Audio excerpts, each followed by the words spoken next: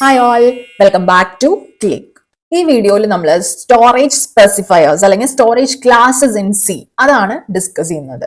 ആദ്യം തന്നെ എന്താണ് storage specifiers? It define where a variable is stored, what it's initial value is, how long it exist in memory and where it can be accessed.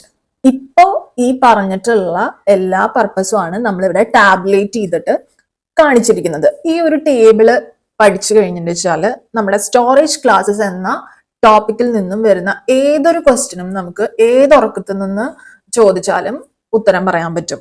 4 storage specifiers ആണ് ഉള്ളത്: auto, extern, static, register. Auto variables എന്ന് പറയുമ്പോൾ അതാണ് സിക്കകത്തുള്ള default storage. Variables declare ചെയ്യുന്ന സമയത്ത് നമ്മൾ ഈ auto എന്ന് പറയുന്ന കീവേഡ് യൂഷ്വലി യൂസ് ചെയ്യാറില്ല. ഈ ഓട്ടോ വേരിയബിൾസ് എല്ലാം സ്റ്റോർ ചെയ്യുന്നത് സ്റ്റാക്കിലാണ്. ഡിക്ലറേഷൻ സമയത്ത് നമ്മൾ ഓട്ടോ വേരിയബിൾസ് ഇനീഷ്യലൈസ് ചെയ്തില്ല എങ്കിൽ അതിനകത്തൊരു ഗാർബേജ് വാല്യൂ ആയിരിക്കും സ്റ്റോർ ആയി കിടക്കുക. പിന്നെ അതിന്റെ സ്കോപ്പ് എന്ന് പറയുന്നത് ലോക്കലാണ് ആക്ച്വലി.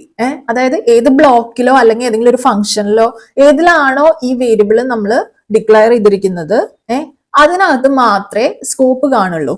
അപ്പൊ പിന്നെ ലൈഫ് എത്ര ഉണ്ടാവും എന്ന് പറയേണ്ട ആവശ്യമില്ലല്ലോ. പ്രത്യേകിച്ച് ഒരു ബ്ലോക്കിലാണ് ഇതിന്റെ സ്കോപ്പ് എന്ന് പറയുമ്പോൾ ബ്ലോക്ക് എൻഡ് ചെയ്യുന്നതോടുകൂടെ ഇതിന് വേണ്ടിയിട്ട് ഈ ഓട്ടോ വേരിയബിൾസിന് വേണ്ടിയിട്ട് അലോക്കേറ്റ് ചെയ്തിട്ടുള്ള മെമ്മറി ഡി അലോക്കേറ്റഡ് ആവും. ഫംഗ്ഷൻസിനകത്തുള്ള ടെമ്പററി സ്റ്റോറേജിന് ബെസ്റ്റ് ഓപ്ഷൻ എന്ന് പറയുന്നത് ഓട്ടോ വേരിയബിൾസ് ആണ്.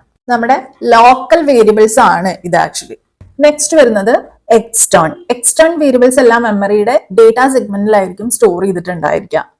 ബൈ ഡിഫോൾട്ട് തന്നെ ഒരു വേരിയബിൾ എക്സ്റ്റേൺ ആയിട്ട് നമ്മൾ ഡിക്ലെയർ ചെയ്ത് കഴിഞ്ഞാൽ അതിന്റെ വാല്യൂ 0 ആയിരിക്കും. ഈ എക്സ്റ്റേൺ വേരിയബിൾസിന് ഗ്ലോബൽ സ്കോപ്പ് ആണുള്ളത്. Means you can share dum across multiple files. ഇത് ഗ്ലോബൽ ആയതുകൊണ്ട് തന്നെ ഈ പ്രോഗ്രാമിന്റെ എൻഡ് വരെയും ഇതിന് ലൈഫ് ഉണ്ടായിരിക്കും. പ്രോഗ്രാം എൻഡ് ചെയ്യുമ്പോഴേ അതിനു വേണ്ടി യൂസ് ചെയ്തിട്ടുള്ള എക്സ്റ്റേൺ വേരിയബിൾസിന് വേണ്ടി യൂസ് ചെയ്തിട്ടുള്ള മെമ്മറി ഡി അലോക്കേറ്റ് ചെയ്യുകയുള്ളൂ. ഇതിന്റെ യൂസേജ് നമ്മൾ പറയുകയാണെങ്കിൽ ഡിഫറെന്റ് ഫയൽസിൽ ഷെയർ ചെയ്യാൻ വേണ്ടിയിട്ട് നമ്മൾ ഗ്ലോബലി ഡിക്ലെയർ ചെയ്യുന്ന വേരിയബിൾസ് ആണ് extern. Coming to the next one, static variables എക്സ്റ്റേണിനെ പോലെ തന്നെ ഡേറ്റാ സെഗ്മെന്റിലാണ് സ്റ്റോർ ചെയ്യുന്നത്. അതിന്റെ വാല്യൂസും ഇനീഷ്യലി ബൈ ഡിഫോൾട്ട് 0 ആയിട്ട് ഇനീഷ്യലൈസ്ഡ് ആയിരിക്കും.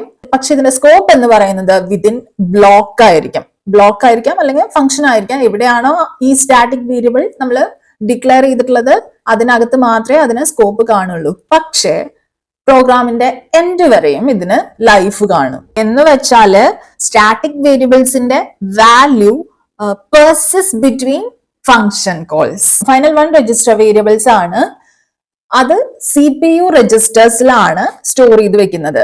ഫാസ്റ്റ് ആക്സസിന് വേണ്ടിയിട്ടാണ് അങ്ങനെ ചെയ്യുന്നത്. രജിസ്റ്റേഴ്സ് അവൈലബിൾ ആണെങ്കിലേ അങ്ങനെ ചെയ്യാനാവൂ, അല്ലാത്ത കേസിൽ മെമ്മറിക്കകത്ത് സ്റ്റോർ ചെയ്യും. ഇതിന്റെ ഇനീഷ്യൽ വാല്യൂ ഗാർബേജ് ആയിരിക്കും. ലൈക്ക് ഓട്ടോ വേരിയബിൾസ് നമ്മൾ എക്സ്പ്ലിസിറ്റ്ലി ഇനീഷ്യലൈസ് ചെയ്താൽ മാത്രമേ ആ ഒരു പെർട്ടിക്കുലർ വാല്യൂ ഇനീഷ്യൽ വാല്യൂ ആയിട്ട് കിടപ്പുള്ളൂ. ഒരു ഡിഫോൾട്ട് വാല്യൂ ഇതിനില്ല. ദെൻ ഇതിന്റെ സ്കോപ്പ് എന്ന് പറയുന്നത് വിത്തിൻ ബ്ലോക്ക് അല്ലെങ്കിൽ വിത്തിൻ ഫംഗ്ഷൻ, എവിടെയാണോ അത് ഡിക്ലെയർ ചെയ്തിട്ടുള്ള ആ ബ്ലോക്ക് അല്ലെങ്കിൽ ആ ഫംഗ്ഷനകത്ത് മാത്രമേ ഇതിന്റെ സ്കോപ്പ് കാണുകയുള്ളൂ. അതുപോലെ തന്നെ നേരത്തെ പറഞ്ഞ ഓട്ടോ വേരിയബിൾസിനെ പോലെ തന്നെ ഇതിന്റെ ലൈഫ് ടൈം ബ്ലോക്കിന്റെ അല്ലെങ്കിൽ എവിടെയാണോ ഡിക്ലെയർ ചെയ്തിട്ടുള്ളത് അതിന്റെ എൻഡോട് കൂടെ അവസാനിക്കുക. അതിനുവേണ്ടി അലോക്കേറ്റ് ചെയ്തിട്ടുള്ള മെമ്മറി ഡി അലോക്കേറ്റ് ചെയ്യും. ഇത്രയും കാര്യങ്ങൾ മാത്രമേ നമുക്ക് സ്റ്റോറേജ് ക്ലാസസിൽ അണ്ടർസ്റ്റാൻഡ് ചെയ്യേണ്ടതുള്ളൂ. I hope you got the content very well and see you in the next video. Bye for now.